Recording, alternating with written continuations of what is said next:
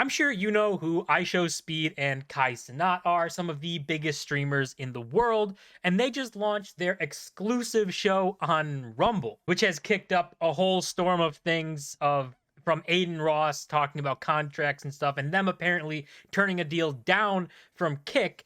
As we all know, the streaming wars and streaming platforms are going on. YouTube versus Twitch is really the big players, but recently Kick and even Rumble have started to get into the space and might actually up the competition, which can only be a good thing. And we can see this right here saying Aiden Ross revealed that Kick originally offered both Kai Cenat and IShowSpeed $40 million to sign, but they declined to sign with Rumble. So these guys literally making professional athlete type of salaries, and maybe rightfully so. They probably bring in tons of revenue for their streaming platform that they're on.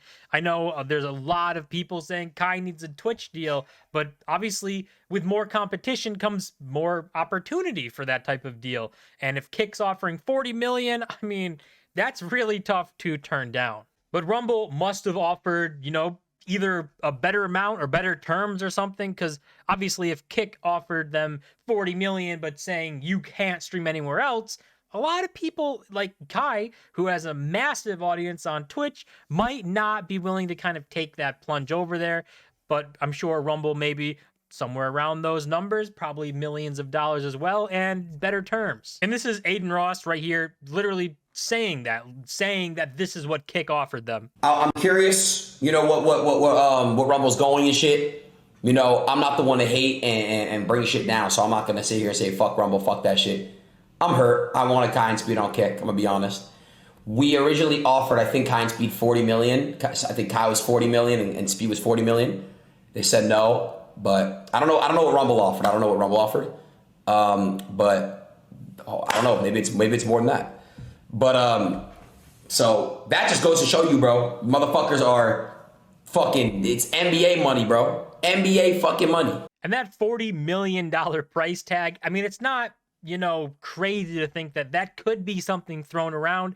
Now, how many years would it be? Would it be over 4 years, 10 million a year? That probably seems a little reasonable compared to deals like Ninja and Shroud got with Mixer, so maybe could be dealable. And knowing that Kick is backed by Stake, they have tons of gambling money, so they're probably more free to kind of throw around that money as they know that they could get more people gambling. But Kai Cenat also responded to Aiden Ross saying that this $40 million deal was out there, and pretty much saying that it wasn't or isn't a thing, and that it's not true.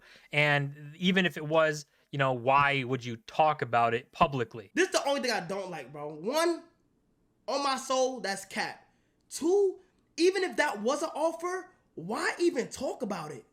That's the only thing. I'll call him out. I'll call him off stream. Because, bro, that, for real, why even, that's weird, bro. That's not good. It's just bro, what? And that's completely fair for Kai to say, right? If that's personal information, right, that Aiden Ross probably shouldn't know, but does because he's probably close with Trainwrecks and close with this Kick team and everything, so maybe has an inside look into what's going on there. But I would still be more inclined to believe Kai.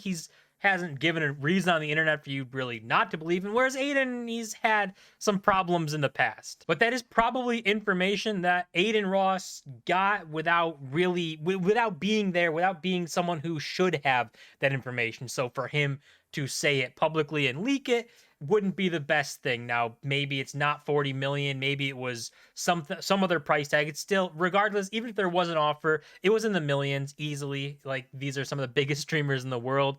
But the question would be with the terms, probably, with all that stuff. And Kick's supposed to be lenient on their terms. That's why people go there, because they're not exclusive contracts. But I don't know, the ins and outs of it. But from what we can see on the outside, is Aiden Ross leaking something he probably shouldn't have, and that it might not actually be the real numbers. But either way, all of this is a good thing. Even if you don't like Rumble or don't like people on Rumble or what they're doing or anything, competition is always a good thing because it makes everything better. It forces platforms to get better. When YouTube was the only big player in the space, there were a lot of problems and a lot of people complained about them. Now, there's still problems on YouTube itself, but with YouTube, Rumble, Twitch, Kick, all these different services popping up now, there's a better chance that things get better and performance goes up because they have to, because they're competing with people now. And Rumble themselves, they have a pretty good lineup, right? If you look at this, they have Speed, Kai,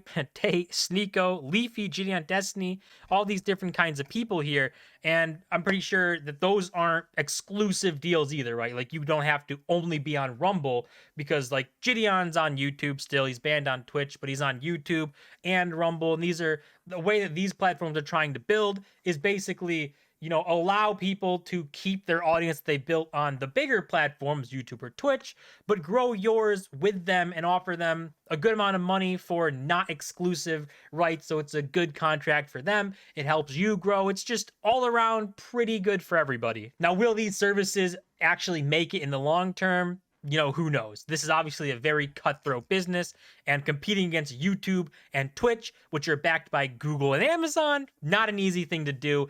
Definitely going to be an uphill battle, and if they're willing to compete, at least for the short term, it's good for everybody. The long term, if they can make it, it's better for everybody, right? Forces everyone in the space to get better, forces platforms to get better, have better features released, and actually care about their service instead of just, you know, being the only one to do it, so you don't have a choice but to use them, which was the case for a long time, and that made a lot of problems. A lot of people realized there's things going on that aren't so great, and with other platforms rising, it's always a good thing to have competition. But that's gonna do it for this video. As always, don't forget to smash the like button and subscribe, and I'll see you guys in my next video.